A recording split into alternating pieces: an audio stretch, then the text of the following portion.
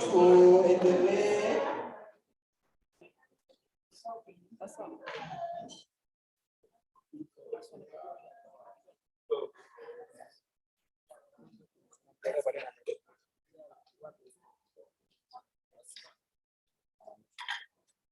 According to our timetable,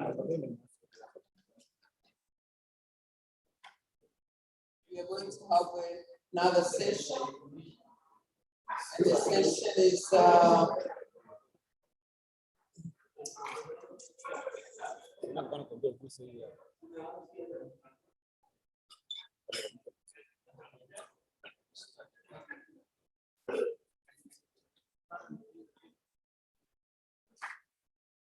karibuni wale mlio nje. Okay. I think we are more than half. I think we can start. Yes. I would like to welcome all of you to this next session. Sana umeanza. Asante sana madaktari na askofu pale.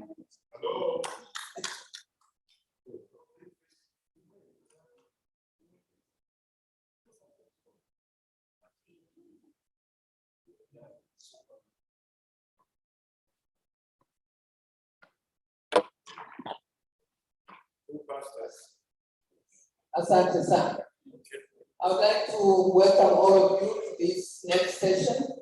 And this session, we're going to have a presentation on transformative masculinities and femininities, treatment, adherence, and faith healing. Our presenter is none other than Professor Ezra Chitando. He's a professor at the University of Zimbabwe on the Faculty of Religion. And then he is a theology consultant, a higher theology consultant, and of Southern African region. He has published tremendously, and so he has been with us in so many occasions. I'm happy to present him, and he's going to present via Zoom.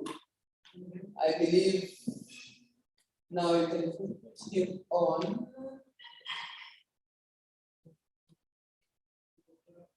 Okay, Professor Ezra, welcome. We are ready to hear from you. Karibu sana. Asante sana. Thank you very much, Mary. Good to see you. How are you doing?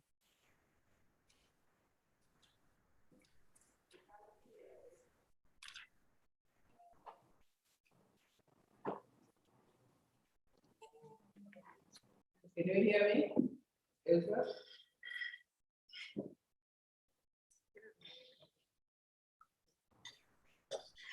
Hello, can you hear me?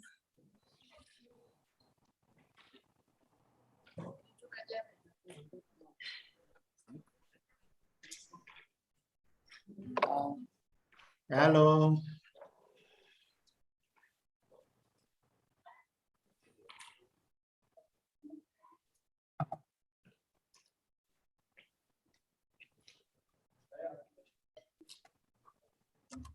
Can you please speak? Hello?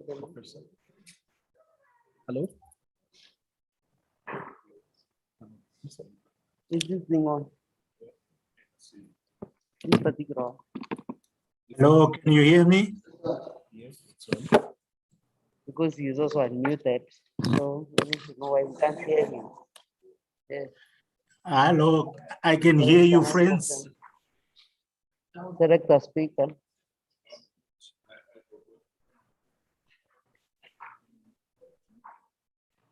Oh, yeah, okay. Okay. Look at the comments there. What is it saying?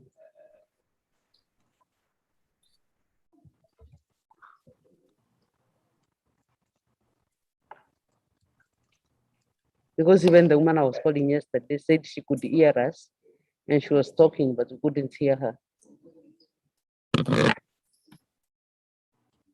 But he can hear us, right? You can hear us, yes. Hello, can you hear me?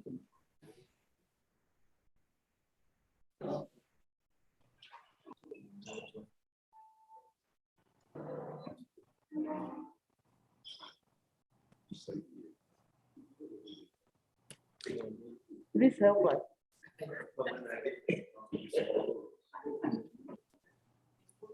Can you hear us? Can you hear us? Yes. Okay. You can hear. You can hear. Yes, I can. So we But can cannot- you hear me? We're working on. Let me hear whether I can hear you.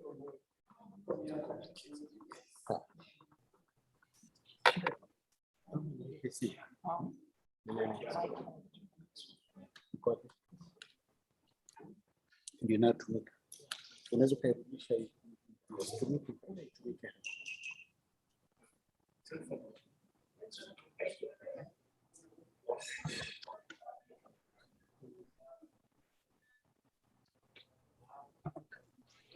Prof, speaker here whether I can hear you from my laptop. Can you hear me now? Yes, I can. There we go. So is there a way around now? Can you connect to this laptop? Whatever it is you're connecting on this laptop. My microphone. No. You need to connect.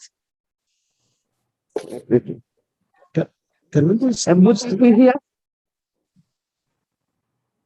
ongeza sauti hapa?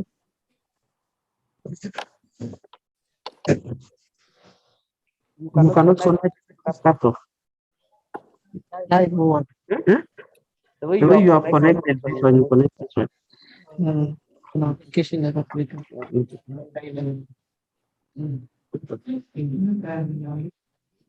So let's just use that. Okay, you talk with here whether we can hear, Professor. Yes, can you hear me now, Pauline? Can you hear? Yeah, ongeza sauti. Chana na hiyo sasa. Chana. Ongeza sauti huko ya microphone. Microphone. Sauti ya microphone. Ndio, sawa. Unaweza kuongeza huku ndani hapa. Hiyo.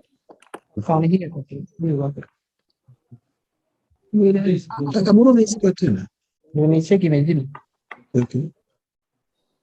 Hello. Okay, speak, Professor. Yes, good morning.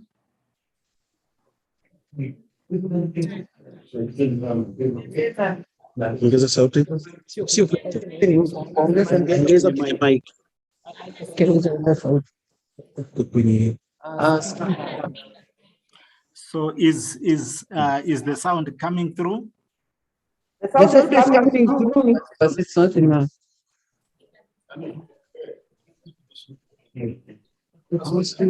Speaker iko hapa lakini sikiki kutoka hapo. Siweke speaker hapa. Ndio nakwambia.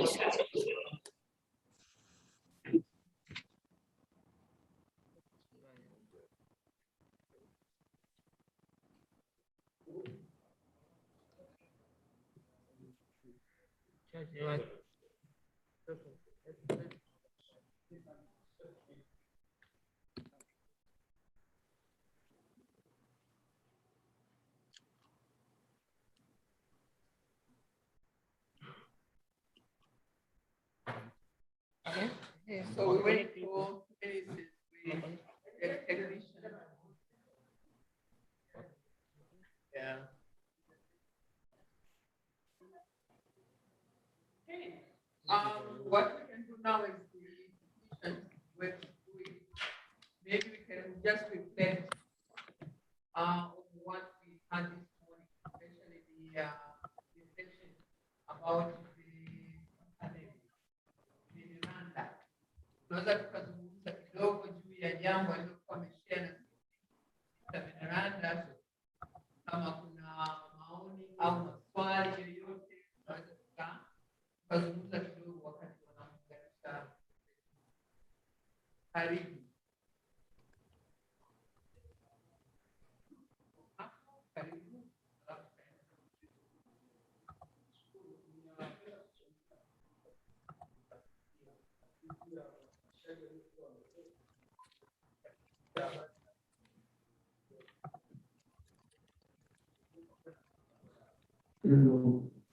Natakiwa tulione hili kwamba ni tatizo kwa sababu kwamba eneo lile ambalo wanaochukua dawa ni lililotengwa kwa ajili yao. Sasa kila mtu anatoka na rafiki hapa, anaingia kujitambulisha, anataka kuchukua dawa. Ingekuwa kama wagonjwa wengine wote lisingempa shida. Sasa tatizo ni kwamba ni eneo lililotengwa maalum kwa ajili ya watu. Hi, Prof. Say hello now. Hello. Again? What I've done now is that I've also sent a copy of the presentation, which you can also present. No. Now they can hear you. Now they can hear me. So can I start? Yes. Okay. Good morning, friends. Thank you very much. Apologies for the technology, but we thank God that we can be together. Greetings from Southern Africa. I must say that I miss being in Tanzania very much. As Reverend Dr. Mary has confirmed, and as Pauline has confirmed, Reverend Pauline, I really rarely miss an opportunity to be in Tanzania. Perhaps this is because Tanzania is home. We in Southern Africa know that our foreparents migrated from Tanzania, and hence Tanzania is our spiritual home. To Reverend Pauline and all colleagues in the meeting, I want to thank you very much for the opportunity. My apologies that we cannot be together throughout, because we also have an opportunity here in Southern Africa of a workshop, an interfaith workshop on gender-based violence, which is running concurrently with this. With those preliminary remarks, sisters and brothers, allow me to go into my presentation this morning. My presentation is entitled, and I quote, "A tree with strong roots laughs at storms." I shall repeat. A tree with strong roots laughs at storms, transformative masculinities and femininities, and treatment adherence. So, my friends, a tree with strong roots laughs at storms. We know that storms are very intimidating experiences. Storms tend to frighten us very much. We read in Mark chapter 4, verses 35 to 41, and I shall read. The headline is, Jesus stills a storm. On that day, when evening had come, he said to them, "Let us go across to the other side." And leaving the crowd behind, they took him with them in a boat, just as he was. Other boats were with him. A great windstorm arose, and the waves beat into the boat, so that the boat was already being swamped. But he was in the stern, asleep on the cushion. I want to repeat. But he was in the stern, asleep on the cushion. And they woke him up and said to him, "Teacher, do you not care that we are perishing?" He woke up and rebuked the wind and said to the sea, "Peace, be still." Then the wind ceased, and there was a dead calm. He said to them, "Why are you afraid? Have you still no faith?" And they were filled with great awe and said to one another, "Who then is this, that even the wind and the sea obey him?" This is the word of the Lord. Reverend Pauline, if we have someone in the house, if they could read the same passage, Mark chapter 4, 35 to 41 in Kiswahili. So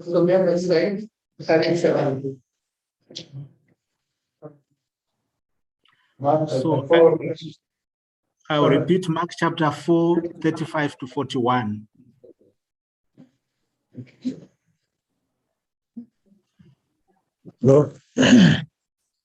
Kwa maana mwenye kitu atapewa, naye asiye na kitu hata kile alicho nacho atanyang'anywa. That say.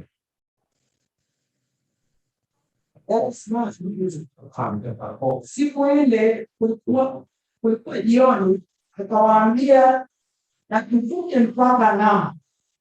Wakaacha tano, wakamchukua vilevile alivyo katika chombo na vyombo vingine vilivyokuwepo pamoja naye.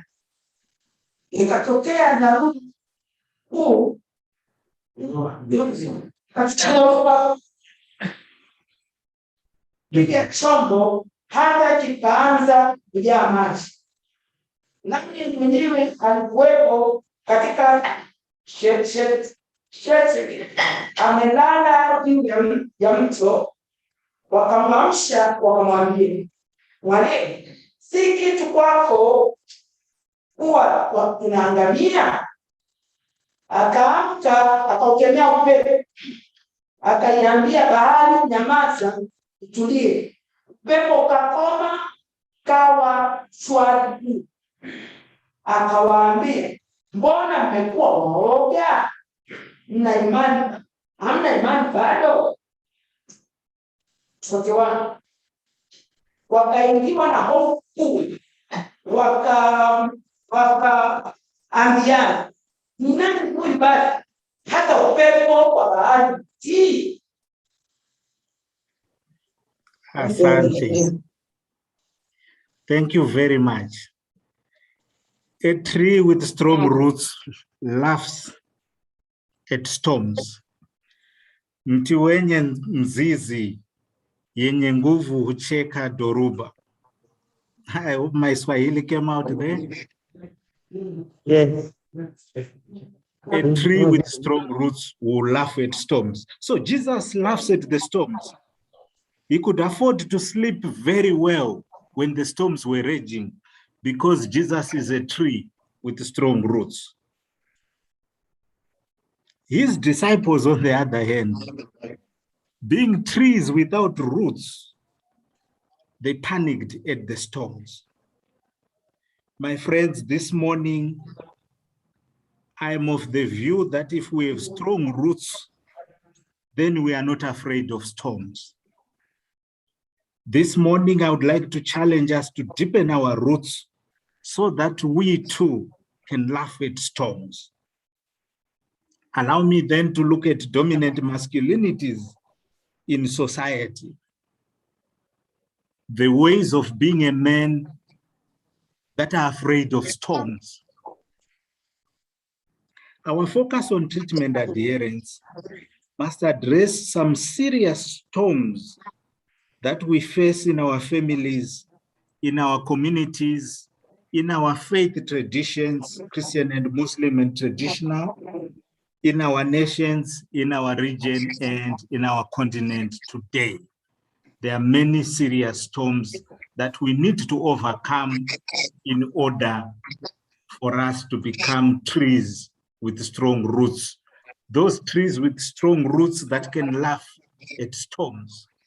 Why do we find ourselves in trouble? Those of us who have been born as men are less likely to be tested for HIV. I will repeat. Those of us who have been born as men are less likely to be tested for HIV.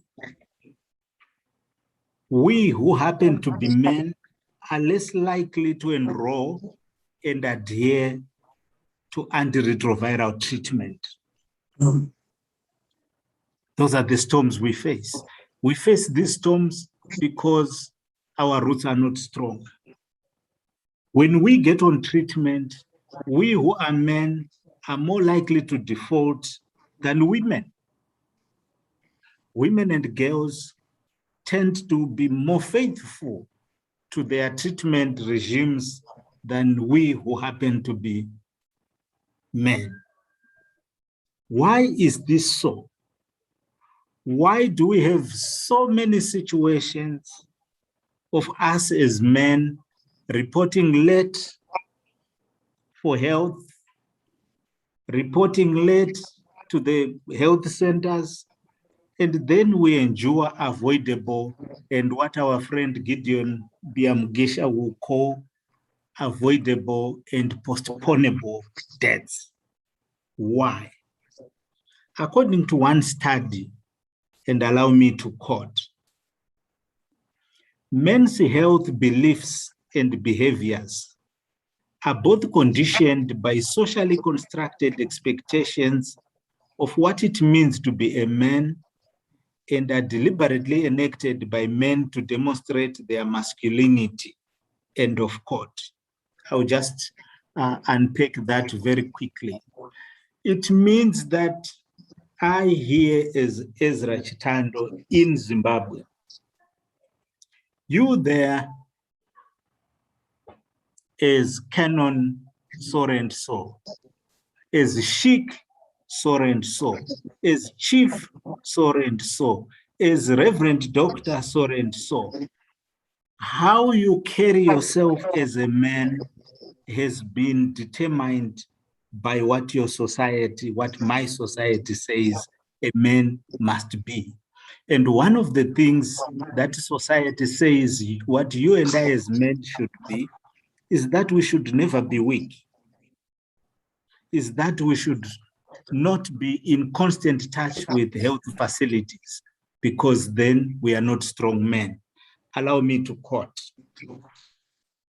Society expects men to be and act in control, to have know-how, to be strong, to be resilient, to be disease-free, and to be highly sexual.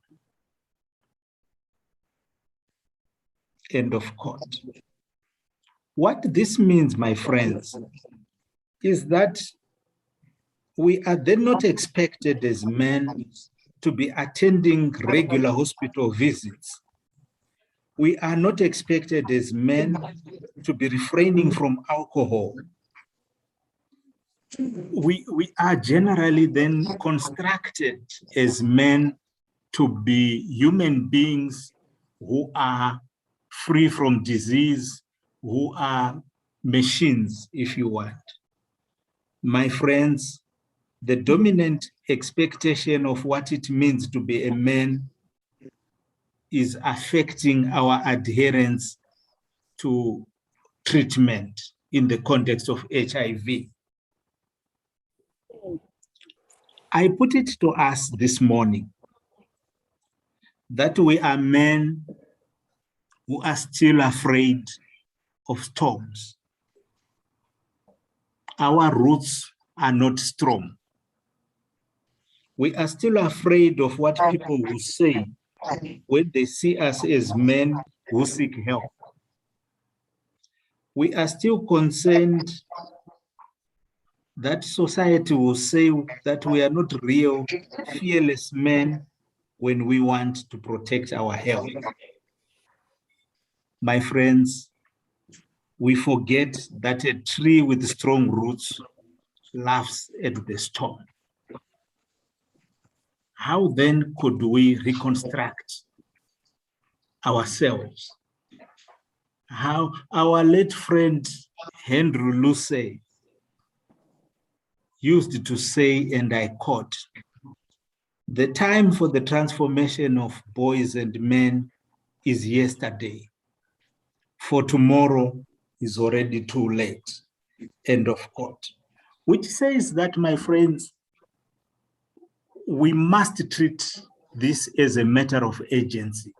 We must find ways to ensure that we become men who are not afraid of the storms, but who are able to laugh at the storms.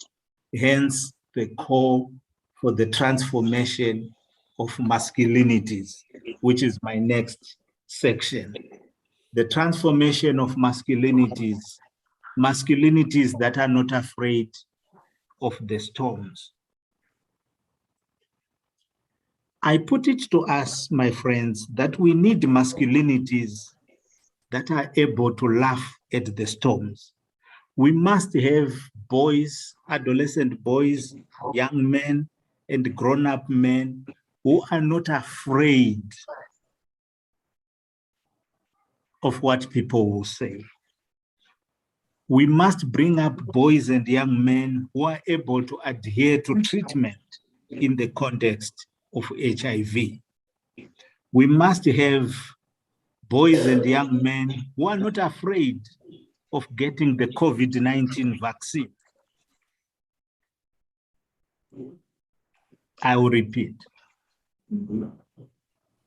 We must have boys and young men, and older men in particular, who are not afraid of getting the COVID-19 vaccine, because we know that those who have deep roots are trees that can laugh at the storms.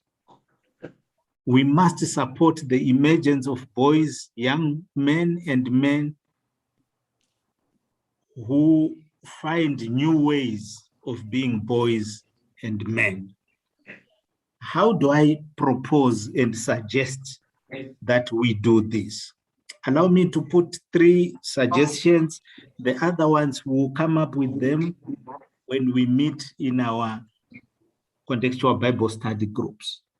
Number 1, I'm suggesting that we socialize boys and men to be in constant touch with healthcare settings from very early on in life. I will repeat. We must invest in ensuring that our adolescent boys and young men are constantly in touch with the healthcare settings so that they normalize going to the hospital, going to the clinic, being in constant touch with healthcare advisors. Getting to a clinic or getting in contact with the healthcare system later on in life or when we are sick does not give us sufficient roots. It's too late in life. So we must train our boys and young men very early on in life so that they are not afraid of getting to the health centers. Secondly, I'm suggesting that we must enable mothers, sisters, aunts, and other women to have transformative femininities. So the transformation is not just about us as men. We also need and require our sisters, partners, grandmothers, mothers to experience a similar transformation. That is, they need also to question traditional images of women as subordinate, traditional images of women as dependent, traditional images of women as lacking initiative. I was reading 2 weeks back an article by Reverend Dr. Mary examining gender attitudes within the faith communities in Tanzania, and I found it very helpful. Third and finally, ourselves as faith communities must invest in programs to prepare our adolescent boys in particular and adolescent girls to have transformative masculinities and femininities. Hence, allow me to repeat where I started. Mti wenye mzizi, wenye nguvu hucheka duruba. A tree with strong roots laughs at storms. I now invite Reverend Pauline to take us through a contextual Bible study that will probably assist us to think of how we can become trees with strong roots. I hand over to Reverend Pauline. Thank you very much for the opportunity. Over. So naomba kila mtu aandike swali yake ama komenti yake, tutapata hiyo nafasi hiyo, na yeye profesa ataweza kuwasiliana nasi. Kwa sasa tutaenda moja kwa moja.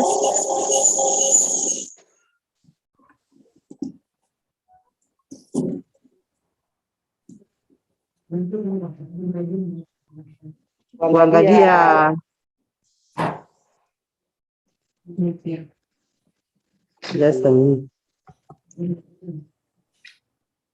tutaenda moja kwa moja kuangalia contextual Bible study.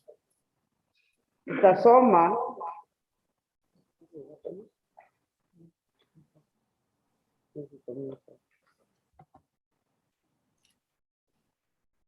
tutasoma kifungu za Biblia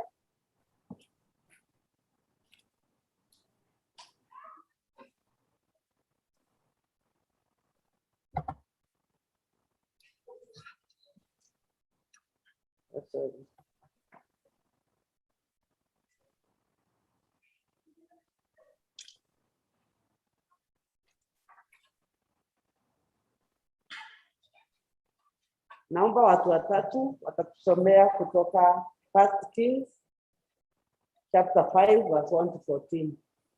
Naomba watu watatu wajisimamishe waweze kusoma hiyo kifungu. 3 volunteers. A young person, you can read from your phone or you can read from the physical Bible. 1 Kings chapter 5 verse 1 to 14. Wa kwanza atasoma verse 1 to 5. Wa pili amesimama atasoma verse 6 to 10. Wa tatu ambao naomba kuwe ndanda atasoma 11 to 14.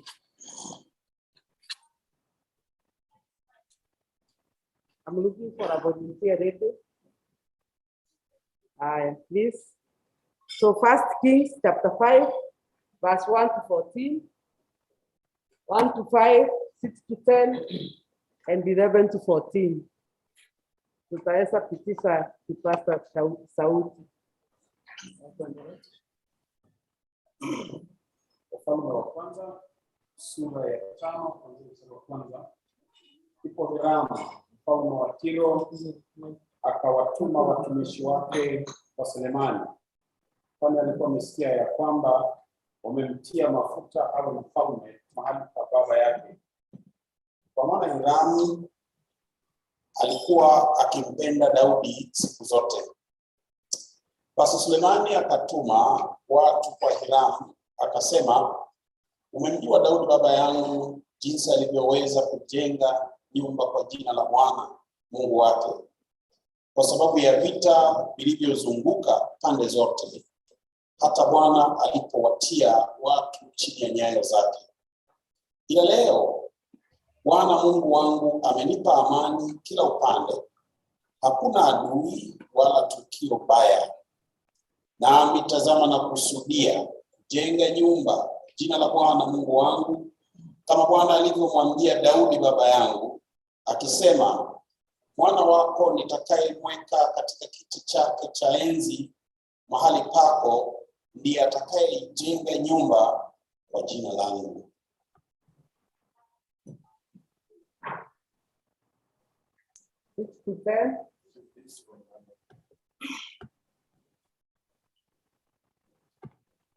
Basi uamuru wanikatie mierezi ya Lebanoni, na watumishi wangu watafuatana na watumishi wako, na ujira wa watumishi wako nitakupa kama utakavyosema. Kwa kuwa unajua ya kwamba hakuna kwetu mtu ajuaye kukata miti kama Wasidoni. Ikawa Hiramu aliposikia maneno yake, Sulemani alifurahi sana. Akasema, na ahimidiwe Bwana leo, aliyempa Daudi mwana mwenye akili.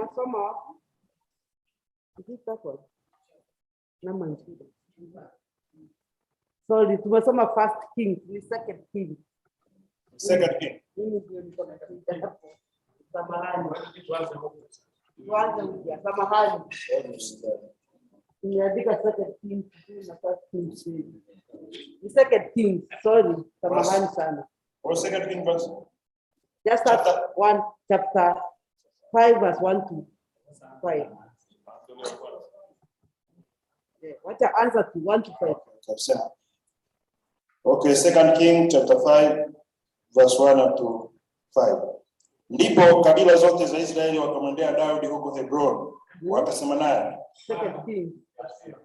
Yes.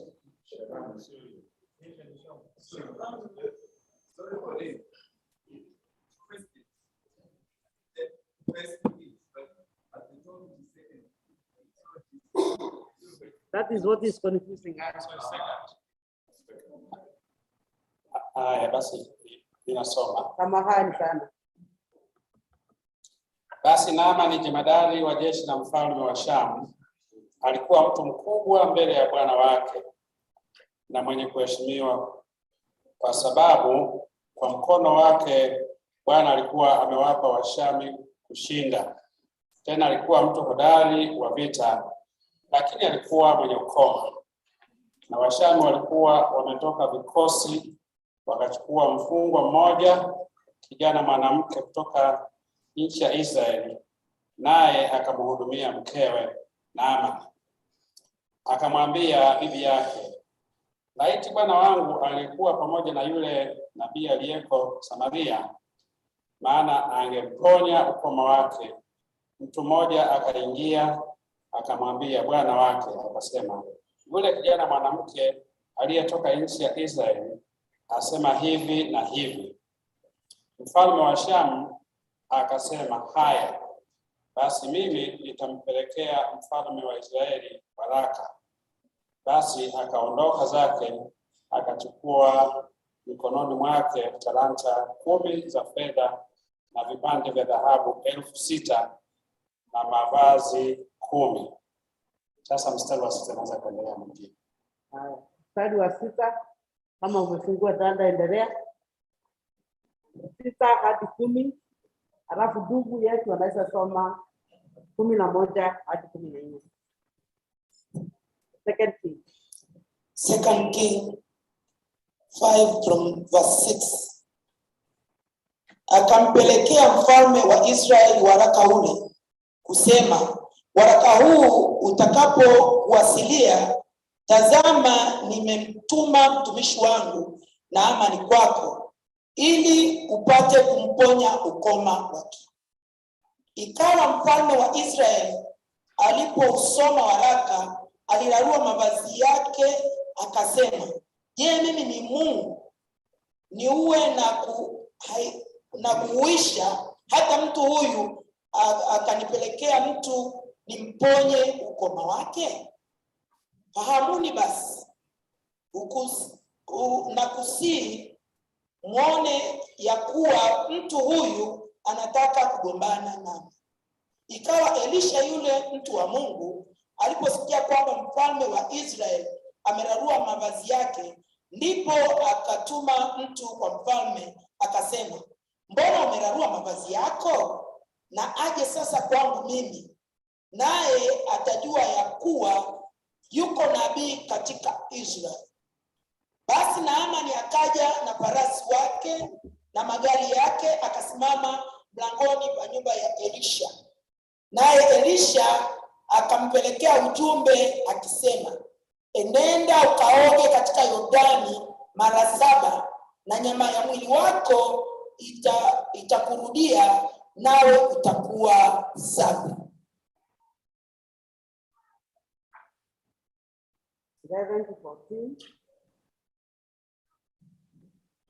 Lakini Naaman akakasirika, akaondoka, akasema, tazama nalidhania bila shaka atatoka kwangu na kusimama na kuomba kwa jina la Bwana Mungu wake, na kupitisha mkono wake mahali penye ugonjwa na kuniponya mimi mwenye ukoma.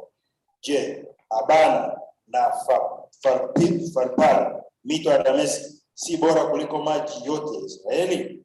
Je, siwezi kujiosha ndani yake na kuwa safi? Akageuka, akaondoka kwa hasira.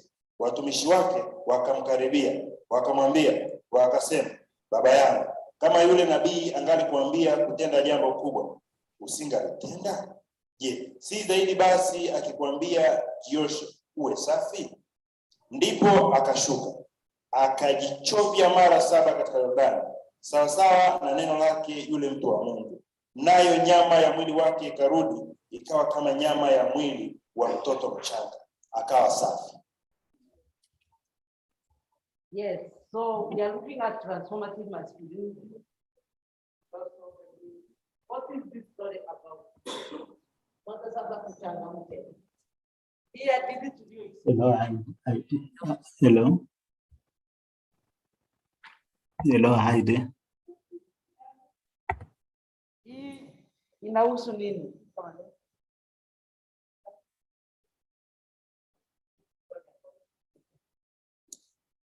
Inahusu habari za Naamani ambaye alikuwa na shida ya kuugua ukoma, na sasa hapa kuna habari njema ya kuponywa kwake kwa njia ya neno la nabii Elia.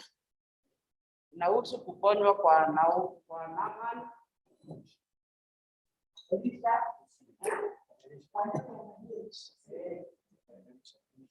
Ninachojifunza hapa ni kwamba Naamani alikuwa ni mwenye ukoma na nabii Elisha akamponya, lakini kuna kitu kilichoko ndani hapo kwamba alimwambia nenda kaoge mara 7 kwenye mto wa Jordan. Kuna fundisho lililoko hapo.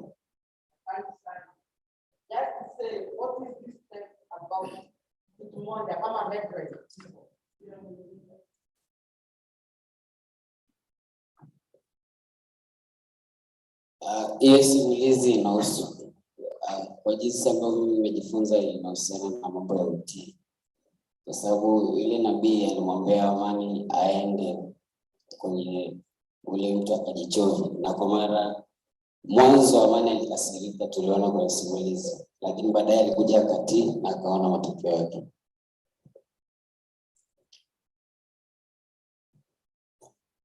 Simulizi unahusu uponyaji.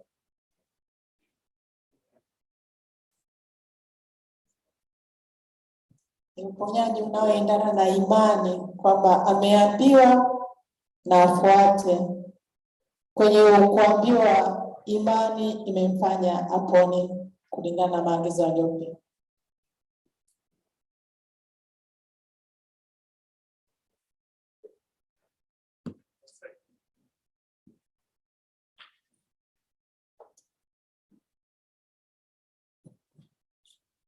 Mimi naomba niwafuruge kidogo.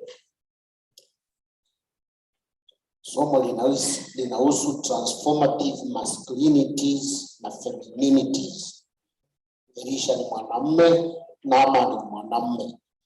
Kwa hiyo hapa mtu unaweza ukafikiri kinachoponyesha ni wanaume au wanaume kuliko utii au kitu kingine.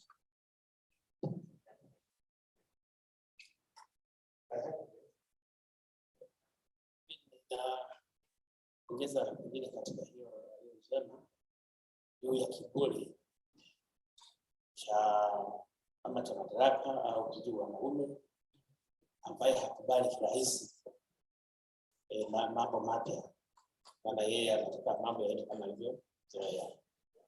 Lakini pia anajifunza kwamba kumbe tusikate tamaa, hata wanaume watakuwa wabishi mwanzo, wakiendelea kutiwa moyo mwisho wanaenda kujua kilichotokea.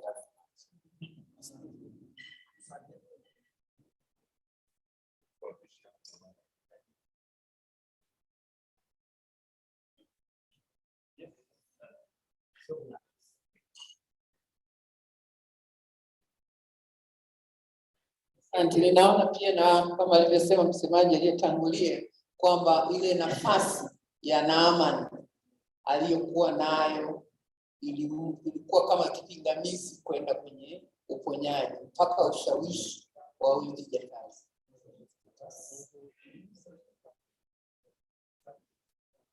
Tunasikia mambo mengi kuhusu. Okay, kuna data wetu mmoja wa mwisho hapo.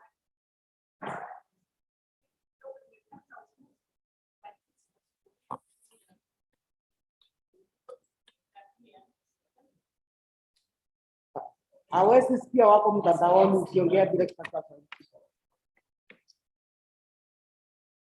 Mimi nimepata kigugumizi kidogo jinsi masculinity na femininity characters zilipotumika kwenye kuhamasisha masuala ya adherence na mambo mengine kwenye HIV and AIDS, kwa sababu tumekuwa from a gender perspective tumekuwa tukiona pia negative impact ya masculinity na femininity ambayo imefanya upande mmoja umekuwa una carry the big burden of HIV and AIDS.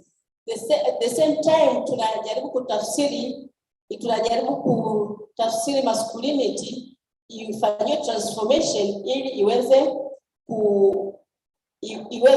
kututoa kwenye huo upande wa kutokutumia. Labda kwa mfano tunaona wanaume wako nyuma kwa sababu kwenye kutumia huduma za HIV and AIDS kwa sababu ya hiyo itapata nafasi yake. Tunataka kwanza kuona ni nini tunaona hapa, just like a headline. Kwa hiyo mimi bado ninapata dilema kwa jinsi interpretation inavyofanyika hapa, kufanya the same thing, do the same situation ambayo imekuwa caused na hiyo power ya masculinity na position za masculinity na femininity. Ni akina nani wahusika wakuu katika simulizi na tunajifunza nini kutoka hiyo simulizi? Ni kama hiyo ya pili tumeshaanza kusema, lakini wahusika wakuu kwa hii story ni kina gani? Tuko na Naaman, si ndio? Tumesikia Naaman alikuwa mkuu wa jeshi. Kitu kingine tumesikia ya Naaman ni nini? Alikuwa mwanamume, ndio, alikuwa mwenye madaraka. Kitu kingine alikuwa mtajiri. Kitu kingine alikuwa mtu ako na servant kwa nyumba yake, alikuwa mtumishi. Alikuwa nini mwingine? Anaheshimiwa sana. Mshika mgani mwingine? Who is another character from this? Yes, yule mtumishi binti mwenye alileta habari ya kwamba kule kwao nyumbani kuna nabii. Mwingine kitu kingine gani tunajua kutoka kwa huyo binti? Alileta habari. Kitu kingine alikuwa mtumishi. Kitu kingine yes, alikuwa msawishi. What does msawishi mean?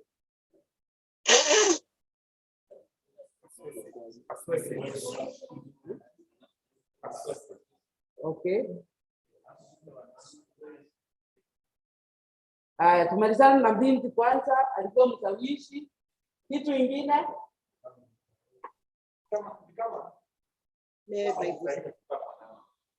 alikuwa amekaa pale kwa amani, ndio anaweza hata kusema nimesikia na kuko hivi.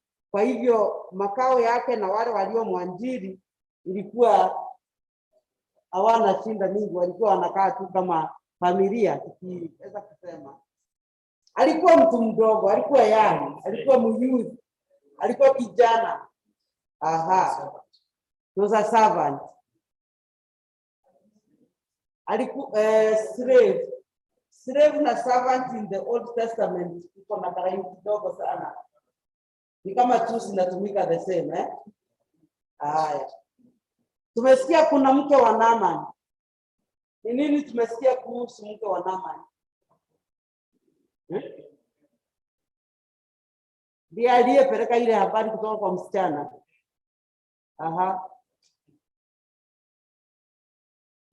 Alikuwa na mdomo sana.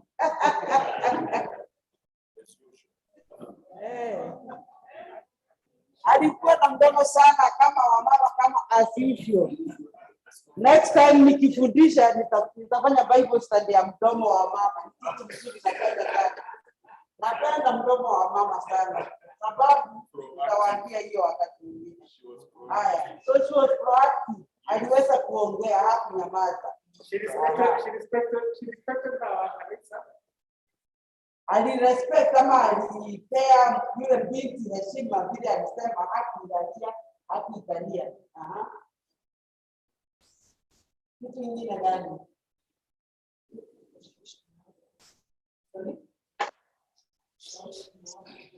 Alimshawishi mume wake kwenda kujiweka kwa maji sira mara 7. Sawa. Pale kwa Naamani kuna kitu moja tulisahau, ya kwamba kwa sababu ya madaraka yake aliona ugumu kwenda kuingia kwa maji. Biblia inasema, alifikiria yule nabii atakuja aweke mkono juu yake, afanye vitu vya heshima ili apone, lakini alimwambia enda ukanawe kwa maji, si ndio? Sasa katika hili somo tunaweza jifunza mambo mingi, na hizo vitu zinaweza kutuelekeza kuelewa vile kuwa binti ama mama na kuwa mwanamume ama kijana mwanamume, vile hizo vitu zinaweza changia kutuelekeza kuchukua mandawa ama kuchukua treatment, ama vile zinaweza kuwa pingamizi. Tutaamka sasa tuende kwa zile group zile za jana zile vijana wapi vijana? Utaenda kwa group 1, group 2, group 3, watu wengine group 3, watu wengine group 1. So group 1 2 3 4 1. Yaani sasa tumekuja kuingiana na viongozi wa dini.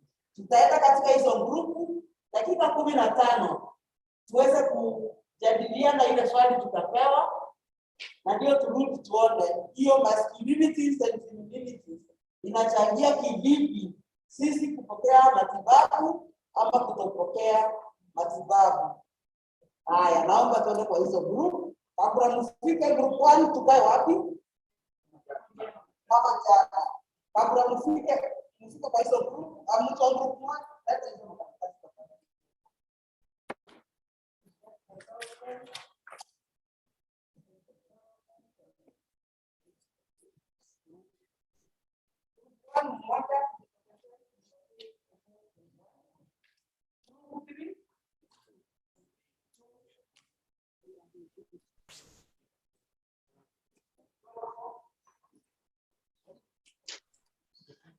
So tuende kwa hizo groups, tuchukue dakika chache kidogo sana, ndio turudi tuwasiliane, tupitie microphone professor aweze kumaliza presentation yake.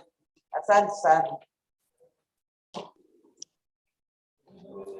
So I want you to take this side. Namba moja uko wapi?